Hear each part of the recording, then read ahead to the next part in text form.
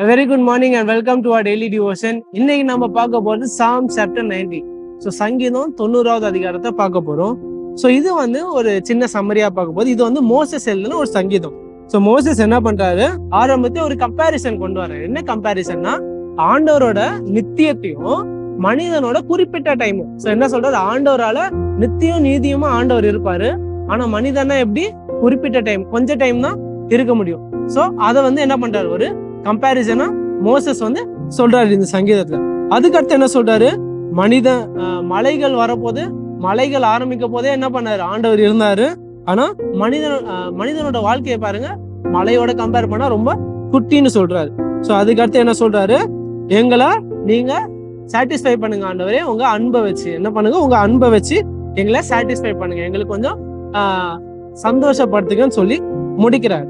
எதுக்காக சொல்றாரு, எங்களுக்கு இருக்க அந்த சின்ன வாழ்க்கைய என்ன பண்ணுங்க, நிறைய நாட்கள் இன்க்ரீஸ் பண்ணாம இருக்கிற கொஞ்ச நாட்கள் என்ன பண்ணுங்க, உங்க அன்பை வச்சு எங்களுக்கு என்ன பண்ணுங்க, சந்தோஷத்தை கொடுங்கன்னு சொல்றாரு. So இதுல நம்ம ஃபோக்கஸ் பண்ண போற verse verse 12.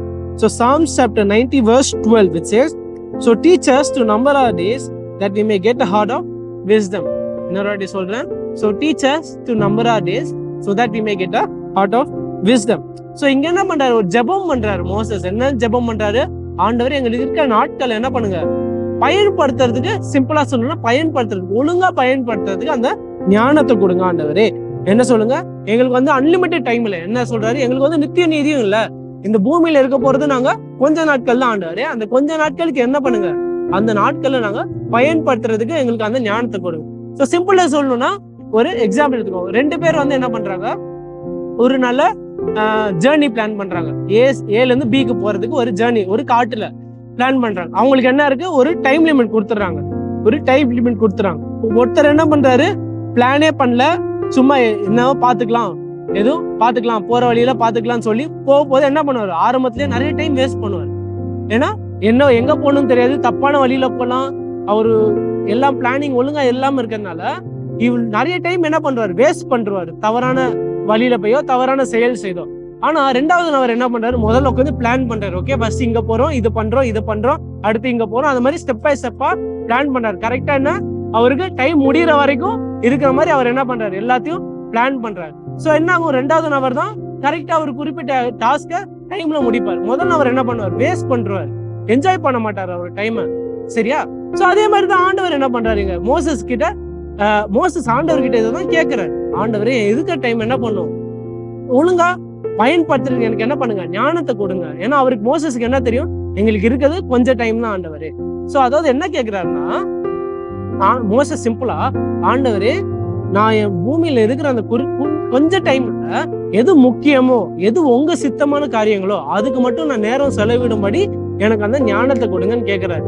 ஏதோ தவறான பழக்கங்களோ இல்ல தவறான செயல்களோ இல்ல தவறா நம்ம ஆசைக்கு இருக்கிற மாதிரி போய் ஆண்டவர் சித்தத்தை மீறி நடக்கிறதோ அது இல்லாம என்ன சொல்றாரு, உங்க சித்தமே நான் செய்யணும், உங்க விருப்பத்தை நான் செய்யணும், அதுக்கு எனக்கு என்ன பண்ணுங்க ஆண்டவரே, ஞானத்தை கொடுங்க. முக்கியமான விஷயங்கள் செய்யறதுக்கு எனக்கு ஞானத்தை கொடுங்க, நான் டைம் வேஸ்ட் பண்ணாம இருக்கிறதுக்கு எனக்கு ஞானத்தை கொடுங்கன்னு கேட்கிறாரு.